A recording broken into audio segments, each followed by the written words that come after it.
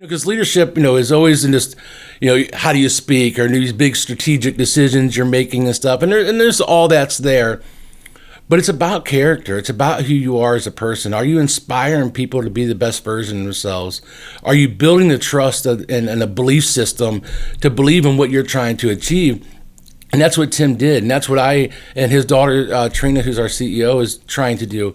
Welcome to Real Leadership, the podcast that spotlights leaders who make, move, and process things in the real economy.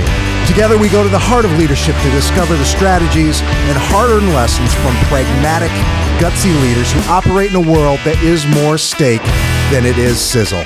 I'm your host, Jim Weaver, Chief Executive Officer of the Owner Group, where we believe that real leadership matters. Let's go. Welcome back to Real Leadership.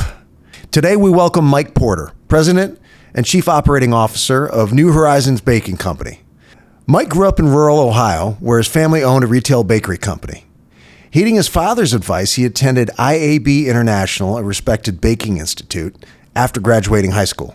Mike began his career at New Horizons in 1997 as a production supervisor.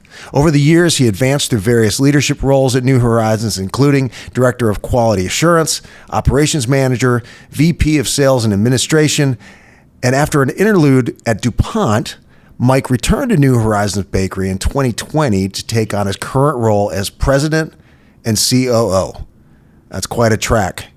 Mike's ability to lead through change and stay focused on his people and customers has earned him several accolades, including the 2022 Operations Executive of the Year Award from Baking and Snack. Welcome, Mike. Glad to be here, Jim. How you doing? I'm great. So I've gotten to know you a little bit over the last month, and I love your origin story, so that's where I'd love for us to start.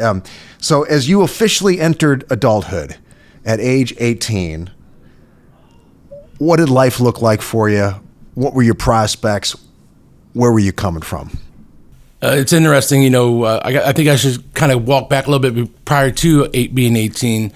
I grew up with a family-owned business, but from very, very poor roots, very, very a bad background, at least for my environment. So folks like me didn't think they had an opportunity to be successful in life. I just didn't have the mentors and the people that to try to encourage me. I got a lot of trouble in high school. I was expelled from schools and stuff. So you were actually expelled. I was expelled twice, actually. I was an overachiever, Jim. I went to high school for 5 years. But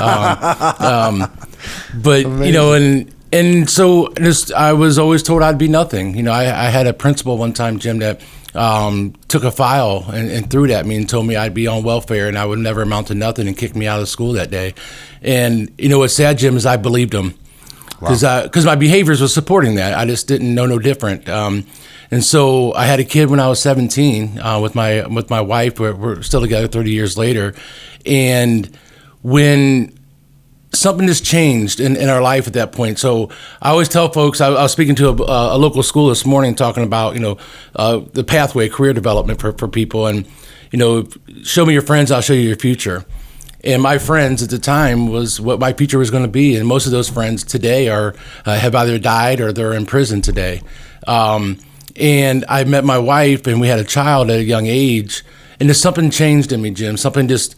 I didn't want to be what everybody thought I was going to be. I didn't want to emulate what my father was at the time.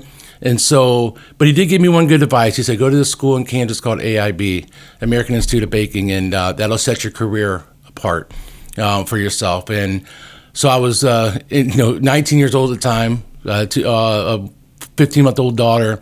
My wife and I get in this beat-up car, and we drive to American Institute of Baking, 900 miles away from home. 16-hour drive. Jim, I wouldn't take that car across town today. And we drove it out there, and it could barely hit 55 mile an hour. And when we got there, my wife was flying back home. She just went out on the trip with us, but so I was supposed to be there alone. But I spent the first time ever away from home, away from my wife, away from my daughter. I was scared to death. I was living on the 9th floor of this dorm in Kansas, looking at this black abyss in the fields, and I was going to quit. And I called my wife and I told her, I said, I just can't do this. And she said to me, well, what if I come out there? What if we come out there, her and my daughter? And she did. And she was going to college to be a childhood education, and she sacrificed everything. So I may get emotional on some of these things. That's okay. You start reflecting back in life, and you start, the things you may have forgotten or not appreciate today, you got to kind of go back to. And she sacrificed everything and moved to Kansas. And when we got there, we had monies tied up with the dorm, and you couldn't live together unless you were married on the dorm. So we had to go to, because we were just with my girlfriend, so we had to go to a local justice of the peace. And we tried to get Valentine's Day, Jim, but it was full. So we got married on February 13th. We had to pay 2 witnesses $5 each to witness our marriage. One of the witnesses gave us the money back. The other one kept it. And we kind of joked about that, but then it wasn't so funny because we realized that our money was tied up. We had no money to get into family housing. Wow. So we had to get on welfare. So going back to the earlier statement, what my principles and what people have told me my whole life I'd be, I'm sitting in that 900 miles away from home with now a wife and a daughter, and I am on that welfare, And so you start doubting, and these things come about. But we end up getting this apartment. It wasn't the nicest apartment. My wife to this day, Jim, won't eat certain cereals because we had cockroaches in the cereal back then. And so I went to the school, went there at 7 a.m. to 6 p.m. every day for about 5 days a week. I always took Saturdays off to spend time with the family. Then Sunday I'd study. And I had a little, in the baking industry, there's a book called the Red Book. It has every major bakery in the country. And I would go through there and I'd circle places I want to work, and my wife would send my resume to every one of those places. And so over 100 resumes went out of that little apartment we lived in. And I was fortunate enough, New Horizons reached out to me. And it was about maybe 45 minutes from where I grew up. And so I took the job here, and it's just been a blessing ever since. I've been at 27 years now. What a great early partnership between you and your wife. Yeah, I mean, amazing. That's the level of maturity of that relationship, given how old you were and the tough circumstances you were in. That's impressive. My wife and I were just talking last night, kind of reflecting back on that, and what we found is no matter where we are in life, right, even to our age now, and we've been successful and been very blessed, but as long as we're together, if we can overcome what we did in Kansas and all the teenage teen pregnancy and who I was in high school, there's just nothing I don't think we can overcome together. A lot of times folks are looking at marriage as sort of a crowning event. And my situation too, marriage was a foundational event. Like, we were broke together, we built a life together, and there is a strength that comes from that, as opposed to it being sort of a capstone after you've kind of stepped into yourself as an individual or whatever. I think maybe it's underestimated the value of working on those early stages together. All right. So what were your expectations? So you graduate from IAB, you got a job at New Horizons. So what were you thinking your career would look like? I mean, did you have your eye on President COO? Gosh, no. I honestly, when I went to AIB, all I wanted to be was a production supervisor, Jim. That's what, because nobody else in my family was doing that. Was a manager, and the doubts I had in my own mind and my own talents and abilities, and what I've been told up to this point in my career, I didn't think I could be anything else. So as long as I was a production supervisor, I have arrived. Now, we left Kansas, being on welfare, no money. I get my first paycheck. I get paid every 2 weeks at a time. My first paycheck was $864. And Jim, I cried all the way home because I'd never seen so much money. Wow. I thought we made it. And then a couple months later, I got a Christmas bonus for like $300. Cried all the way home because I'm like, my kids are going to have Christmas. I remember my mom, just an amazing woman that she is, what she would struggle through to give us just a small Christmas that we had. And I got $300 to spend on my little girl and my wife. And I just, it was just, yeah. So I had no inkling that I could be more than what a production supervisor. And that's kind of what's led me to where I'm at today. It was great people in my life. What are the factors that led to you having the progression that you've had? first, I had an amazing support system at home with my wife. She sacrificed everything, stayed home with our children to allow me to chase this dream that I had to be. I didn't know what I wanted to be. I just knew what I didn't want to be. And I was just blessed. I got coming to New Horizons. I think God lined everything up for me personally. I got to meet a man, Tim Brown, who's the owner of the company, and he just seen something in me, Jim, that I'd never even seen in myself. And he was such an inspiration to me because I could talk to a man, that was an example of a father. He was an example of a Christian man, an ethical man who ran a business caring about people and taking care of the customer. And I just never had that support system, and didn't have anybody ever tell me that I can be more than what I was. And he always gave me opportunities. Some of them, I always thanked him, and I didn't deserve it, but he gave them to me. And sometimes maybe too premature, but he just seen something in me that I didn't. And I'm just forever indebted to the man. Because he just the leader that he is. And I used to struggle early in my career because he was such a mentor to me that I try to emulate him, right? And you can never fill those shoes. Sure. And I was listening to a sermon by T.D. Jakes, and it said, if you know who you are, then you know who you're not. And that was kind of an epiphany moment for me, is that, I can never be Tim Brown. There's only one Tim Brown. But what I got to be is the best version of Mike Porter. But now I got to seek what that is, because I really don't know who that is. Right? And so I just learned from these great mentors. I mean, I could tell you stories. For instance, Tim was in town a couple of weeks ago where a lot of growth with our company. And he was seeing all the changes we're making in some of our Columbus plants. And he walked into the break room, and Columbus is a huge refugee population, like second in the country. And so we have a lot of refugees from Somalia and Congo and stuff like that. So Tim walks in this break room, probably 25 team members in there. And he walks around to every one of them, and he's shaking their hands, and he's introducing himself. And they can't speak English, he can't speak English, or their language. Yeah. But his intent, Jim, wasn't to introduce him like he was somebody. His intent was to let them know how much he appreciated them, whether they understood what he was saying or not. He wanted to give them that opportunity that he appreciates them, because the success he's had in his life and his whole family, which is an amazing family, is because of the people who supported him all these years. And he gave him a reason to support him, because he was such an inspiration to so many. There's probably, he's actually in the American Society of Baking Hall of Fame. Oh, no kidding. Yeah, and that's, think there's 800,000 bakers in the industry at a given time. 800,000? At any given time. I think that's the number I read last. Oh, my goodness. And he got inducted in this Hall of Fame, and it's one of the most honoring and humbling things I've seen him go through.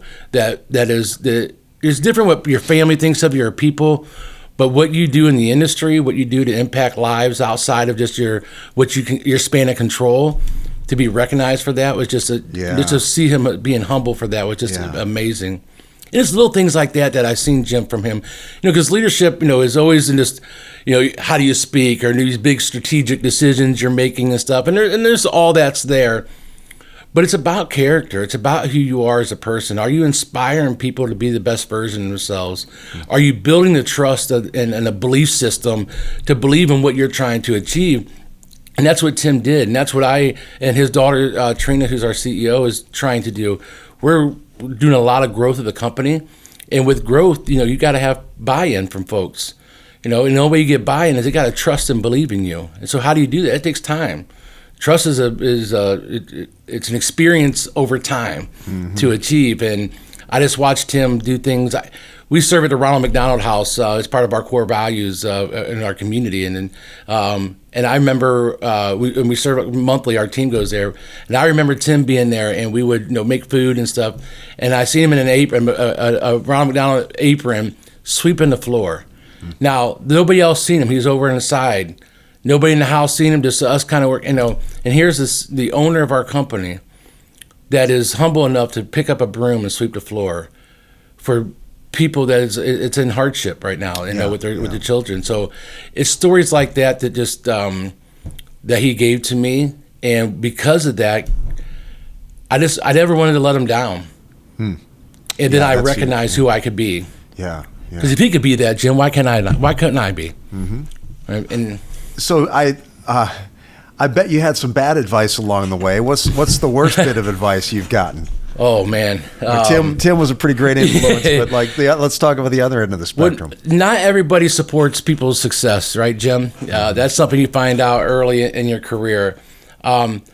Early in my career, when I was making a jump from an opportunity in the company, I had a person. I was going for this promotion, and they told me that you'll probably do good in that job, but that job's not for you. You shouldn't be doing that. And it was for their own self reasons. They wanted to keep me in a different department. And I went home, Jim, and I thought to myself, well, this person's been around the company a long time. Maybe he knows what he's talking about. I'm trying to make this leap of what I think I could do. But maybe he's right. But then just something hit me, Jim, and said, no, maybe he's not. And the heck with him. I've been told that my whole life. Yeah. And I ended up getting the job. And years later, I had his job. And so there's power, life and death in the power of the tongue, right? You can speak death into people's life. You can speak life into them. I had that principal who tried to speak death into me and throw his file at me when he expelled me. And I had Tim who was speaking life into me. And you think of the pathways that a person can take if they listen to one or the other. Yeah. I don't know why I chose the path I did, but I was just blessed that God put somebody in my life that was going to give me the opportunity. Now it was up to me to do something with it. That's what Tim always told me. Yeah. It's up to you to do something with it. And so the bad advice, it's very, I'm very empathetic as a leader. Everybody has a story. There's somebody struggling in our facilities today. Maybe they're financially struggling, or they're a domestic violence issue or a drug issue. You just don't know. But at least listen to the story. At least ask the question. Why did their behaviors change? So what advice would you give people to know whether, a lot of times that negative voice, the voice of death is disguised as reason or discernment, or you know what I mean? So how do you got a prism to look at that through? So I can take it from a Christian background. I'll take it to a personal. So I've always said to people, like when I leading ministry teams and stuff like that, missions teams, people say, you know what, Mike, I really feel like I'm being called to be a pastor. I feel like I'm being called to be a missionary, whatever their feel their calling is. And in the same breath, they say, but you know what, I think, I don't think I should be doing that. I'm like, well, what would be speaking that to you? Do you think the enemy is trying to speak you to be a pastor? Mm-hmm.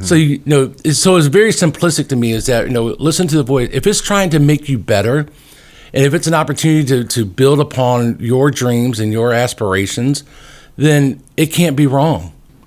Even if you do it and you end up, and it's a mistake and it's not the right place for you, but if you believe it's there to make you better, to make a better version of you, to give you an opportunity, to give you hope, then go with it. And what's the worst case scenario? You're wrong, you just reassess and redirect yourself.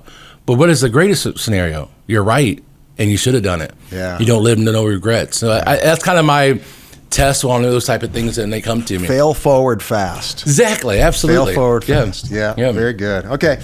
Well, tell us about New Horizons. You're a bakery, but give us a sense of the scale and scope of what you do. Yeah, so we are a manufacturer of English muffins and hamburger buns, or soft rolls, we call them. We also acquired 2 ingredient companies. So we have a dry side blending seasonings type company, and also liquids that does like gravies and barbecue sauce. And Jim, we got 3 facilities, 3 bakeries. We're actually building a new bakery right now in Columbus, putting in a state-of-the-art high-speed bun line there. We're excited about it. Yeah. Actually going to be making pancakes there as well, which is a new product line for us. Cool. And then we're taking our 2 ingredient companies and merging them under one roof. And we have now rebranded that to New Horizons Food Solutions. And we named it that because who are we? We're New Horizons. What do? We provide food. But why do we do it? So we can solve problems for our customers, right? Be a solution and not a problem. And so, but that's what we do as a manufacturer.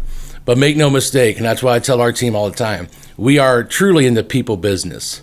We just happen to make buns and muffins and seasonings and gravies and stuff. Because any organization you're in, whether it's speaking to the schools today or the teachers there, but you're in the people business.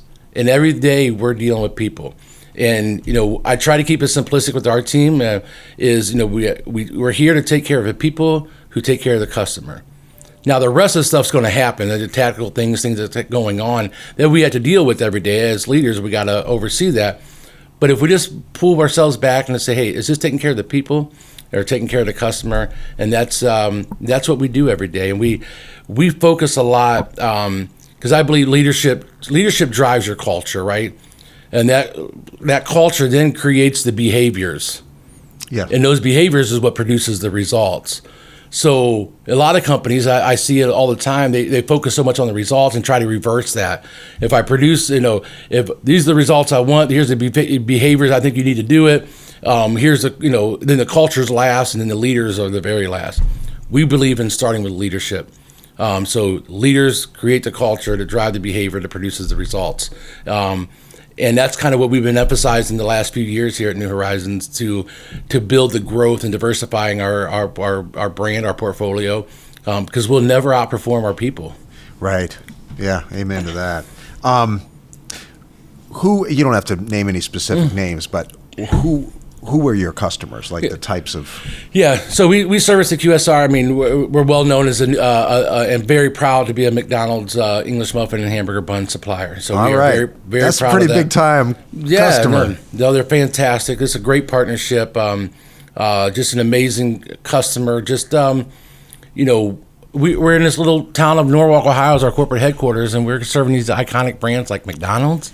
Yeah. I mean, I pinch myself all the time. I walk the line. We run 1,000 buns a minute here. Our new line. Whoa. 1,000 buns a minute? We run 1,000 buns a minute, and we have 2 production lines that do that. And then we have 8 English muffin lines that produce about 360 muffins a minute each.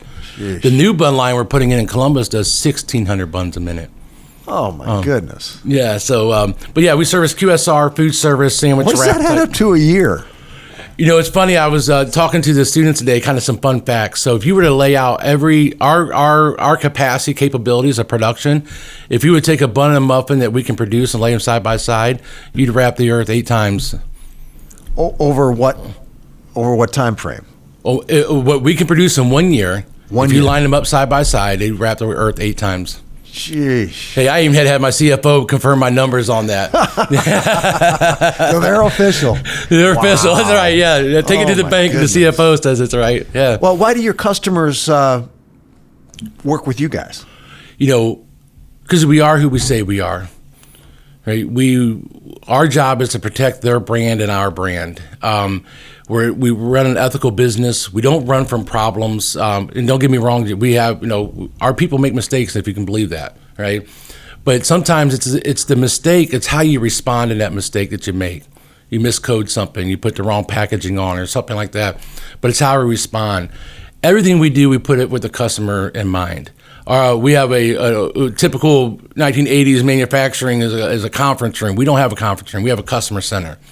And our belief on that is that if you're not in that room to talk about our internal customer, which is our people, or our external customers who we serve every day with our great products, then you don't need to be in that room because you're just wasting time. Yeah. So those type of things, obviously high quality products that we produce every day, customer service by no end. By every phone in our company is a sign that says when a customer calls, you drop everything, because that's the reason we're here.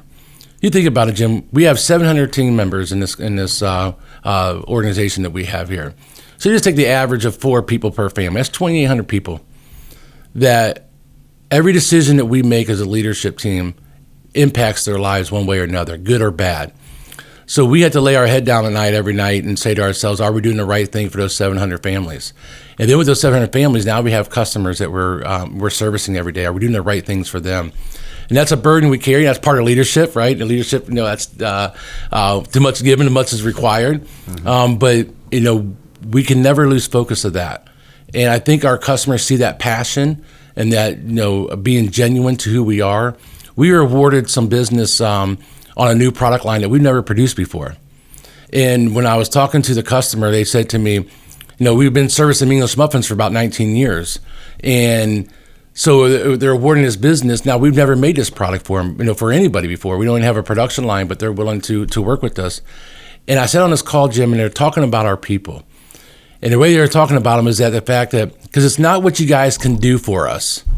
It's what you've done over the last 19 years is why you're getting this opportunity. Mm-hmm.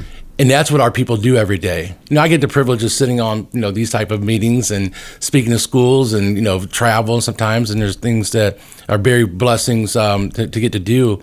But those folks are ones that make it happen every day. Yes, they may make a mistake, but you think about 1,000 buns going out a minute, how many mistakes in 1,000 buns happen. And to have a customer come to us and say, it's what you've done for us is why you're going to get this opportunity. It's the most... it's the best customer feedback a leader can get. I don't get speechless often, and when they were telling me this, I was just humbled so appreciative of the team and what they do every day, and that's that's what it's all about. When you see people succeed, that's just the most amazing thing to me. Especially when they don't know what they're capable of, then you see them come something that they didn't even know themselves. Now they're just on the next level to do something even greater. That's just amazing to me. How much of your philosophy when it comes to your team, how you treat people, do you think you'd have that if you hadn't gone through what you went through in early adulthood? That had to have shaped it a lot, right? Yeah, I hadn't really thought about it, but absolutely. I mean, I watched my mother, do how she was treated as a wife, and that's why everything. I use the word empathy a lot because there's stories, and I just have a heart for people. I love them. I just think the power of a human and what they can achieve is just awesome. But yeah, I think all that stuff and appreciating, never taking it for granted, and then how do you give that back? I'm blessed to sit in this seat here at New Horizons as the president. But how do I take that next supervisor that started here or that dock worker and how do I get them here? That's my aspiration. That's what I want to see people just be the best that they can possibly be. Find the ones that don't know it and give them the opportunity to inspire them to be there and give them the tools and resources to become it.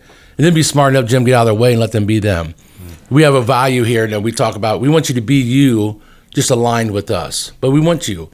We want your background. We want your diversity. We want your experiences. When we hire people, we don't bring them in and tell them what to do. We bring them in and tell us what to do.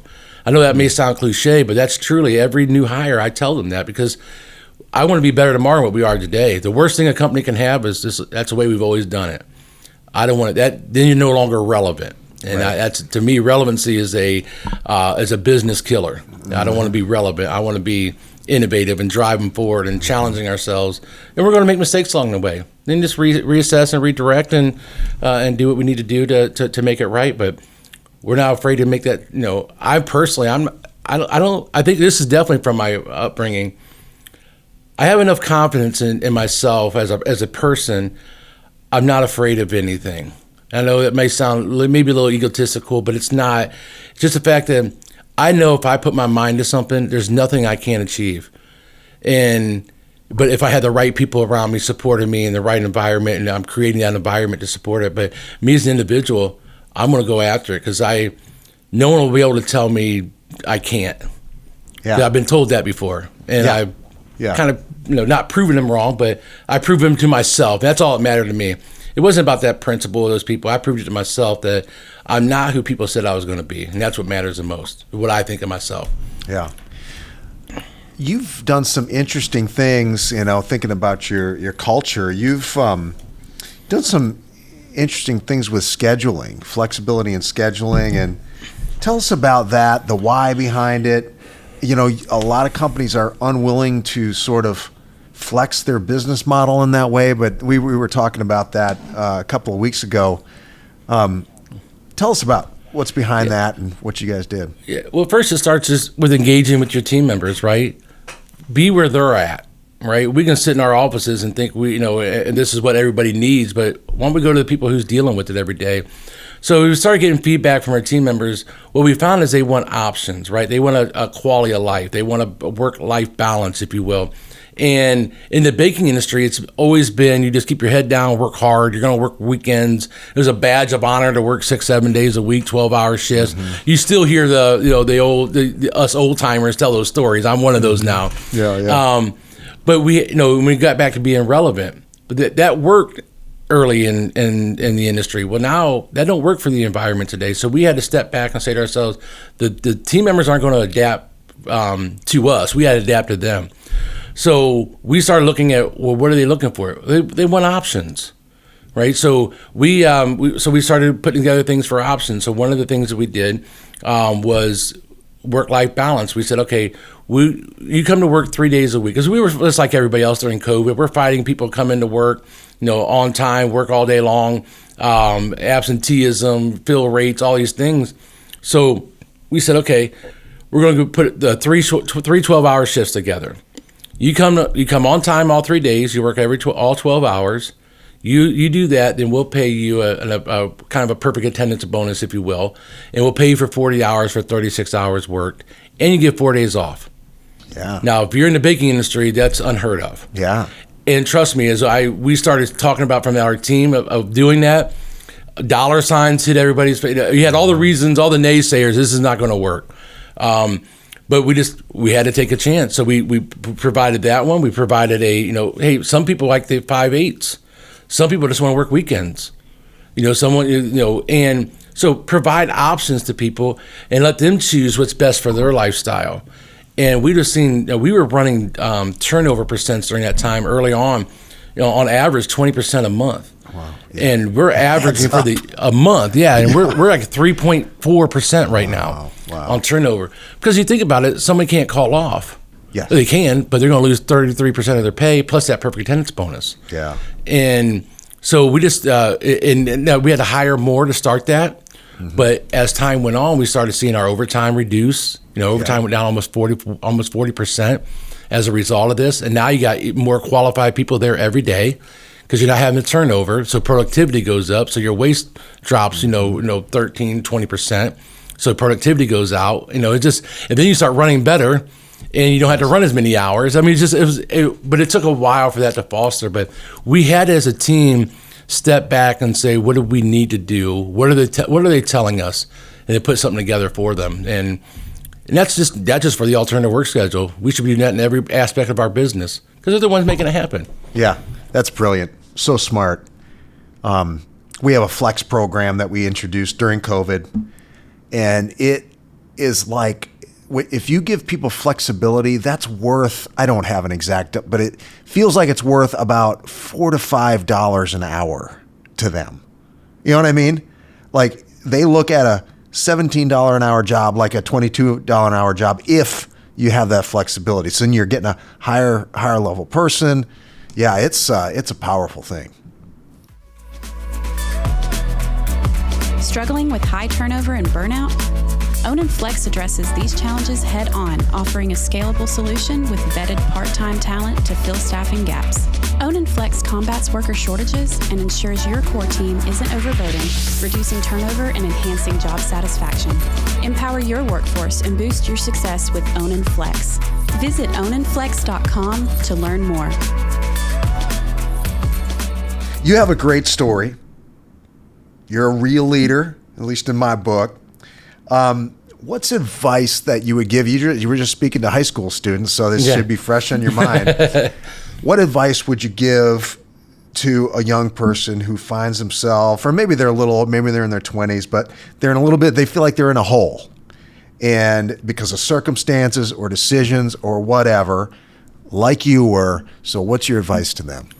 And it's funny. It was conversations we had today. First, it's a mindset. I think, especially young children, in any part of your career, it's a mindset of putting yourself in a position of success. Surrounding yourself with good people to allow you to get there. Having the belief in yourself. One of the students I was talking to today, and she was on every word I was speaking. It was kind of a unique moment for me. But on her shirt, it said, "I am enough." And that to me is, if you understand that, if you can believe in yourself enough then there's nothing you can't achieve. There's absolutely nothing you can't achieve if you believe in yourself. And you're going to have all these outside factors pushing. You're going to have friends trying to guide you and direct you in ways that only really circumvent for themselves. They don't really care about your, the outcome that you have. But it starts with a belief and a core value in yourself. So I think you got to find that mindset within yourself, that confidence, and then start positioning yourself to be committed to the goals that you're going to set for yourself. Because once you achieve the first one, then it's like, I can do that. Now I can achieve the second one. Now that belief continues to build upon them.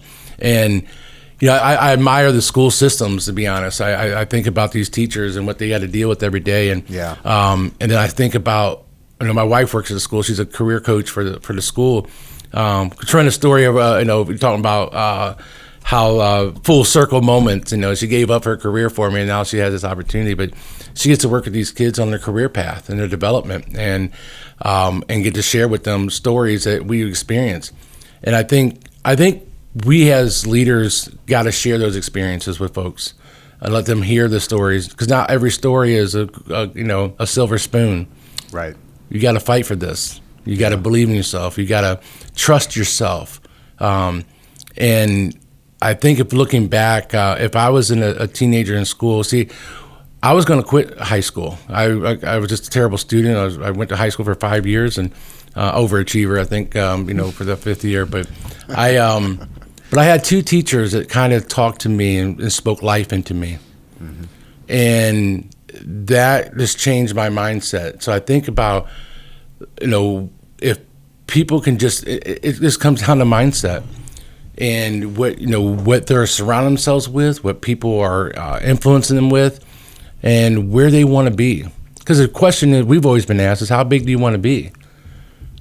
And that's why I told the student, how big do you guys want to be today?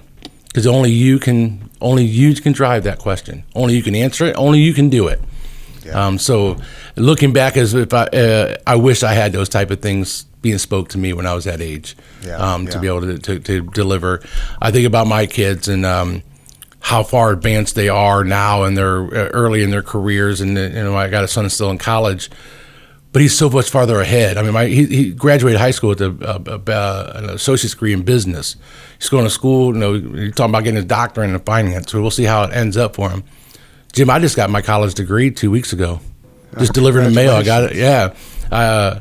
And I got my bachelor's in business. I didn't have a degree to get this job. Did pretty well without it, but but I shared that story with them because it wasn't about the degree. I didn't need it for my role. Now, had I had it earlier in my career, I could have took away a lot of naysayers, right? Because I at least had that credential on the wall. But it was a personal thing for me. I had to do it because I shouldn't have graduated high school. I had to do it because my kids are getting degrees. I want to make sure I honor what they're doing, that dad's trying to do the same thing. And I just had to do it for myself and for the people here. Because if I'm the president of the company and I'm willing to go back to college to get my degree in business to help run a better business, maybe that's an inspiration to somebody here that thinks that they want to, have aspirations to be something different, that, hey, he's still training himself. He's not satisfied. I'll never be. I am the most, I probably drive my team members nuts because I'm never satisfied. I'm always challenging myself and our team to the next level. And maybe that can challenge somebody to chase something that they didn't think they could do, and maybe they achieve it, and who knows what they it's a blank canvas, right? We're just the painters. Yeah, great, man. That's a good spot to stop. So how can folks connect with you, find job openings with New Horizons, learn more about your company? What's the best way? We'll put it in the show notes, but just run it down for us. New Horizons bakingcompany.com. It's our website. That's careers. We're very involved in the the baking industry with the American Society of Bakers, ABA, BEMA. Mm-hmm. We got dozens and dozens of different industry panels and stuff that we belong to. So, hey, give me a call. That's all I got to do. All right. That sounds good. Mike, thank you so much. It's been fun. It's been great. I appreciate your time today. Thank you. Until next time, keep it real.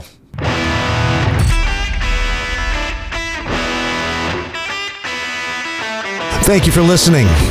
This podcast was powered by Onin. a family of staffing companies providing real staffing solutions to manufacturing, logistics, and food processing companies across the United States of America. To get in touch or learn more about partnering with an Onan Group company, visit us at www.onangroup.com. Thanks for tuning in. Until next time.